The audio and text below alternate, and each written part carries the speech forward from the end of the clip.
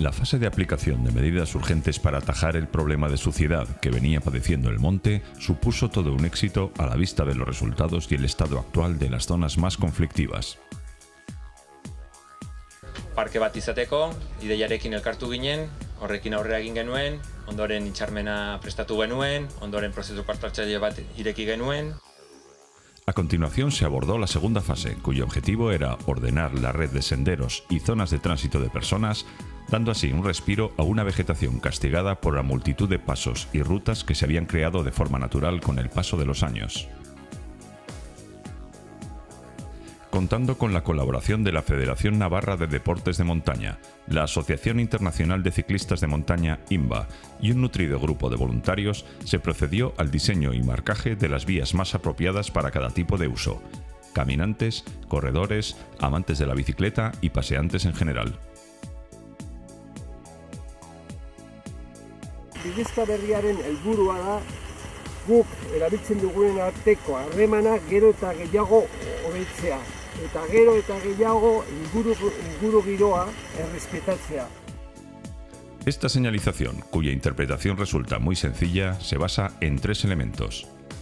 La GR 220, con 45 kilómetros y que enlaza con la GR 225 o Ruta de Ezkaba de 1938, Ruta de la Fuga, señalizada en rojo y blanco.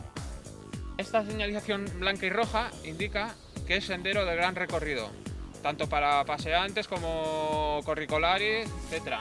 Va para aquí, para la derecha. La ruta circular 172, que rodea el monte, señalizada en verde y blanco. Y las rutas de bicicleta de montaña o BTT, con 96 kilómetros y 7 recorridos diferentes con su señalización específica. Esta señalización significa ruta de BTT, que gira a la izquierda. Con el objetivo cumplido en esta fase se plantean los siguientes retos, entre ellos el control de acceso de la carretera. Aunque entraña una importante dificultad, resulta fundamental regular el acceso por carretera de vehículos a motor, ya que esta es la principal vía de generación de basura y otros problemas relacionados con la contaminación y el peligro de accidentes.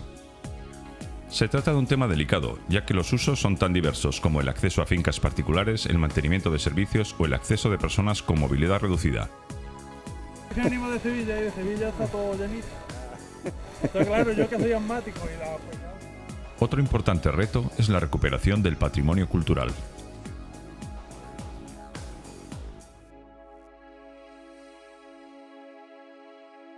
Al igual que el de San Marcos en Errentería o el de Guadalupe en Hondarribia, el fuerte Alfonso XII de la cima del Ezkaba supone una obra arquitectónica de incalculable valor y representa un importantísimo elemento del patrimonio cultural de Pamplona y su comarca.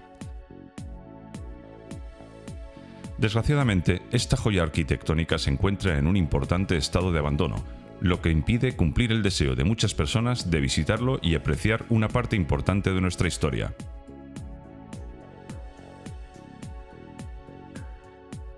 Como colofón al proyecto de creación del Parque Comarcal, se estudia la posibilidad de realizar una actuación que permita recuperar y mostrar a los visitantes este imponente elemento patrimonial.